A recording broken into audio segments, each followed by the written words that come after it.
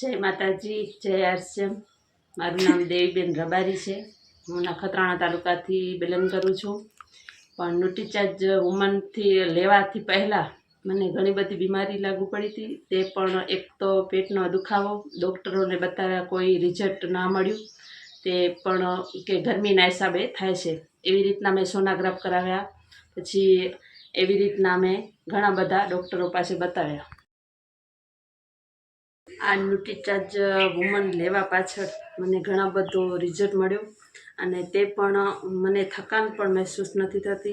पण तमे मारो आ एनाथी पहला पण मैं तमने एक फोटो बतावવાનો छे। ए फोटो पण बताव्यो छे, एनामां तमे जोई शको छो मारी शकल केवी रीतना छे।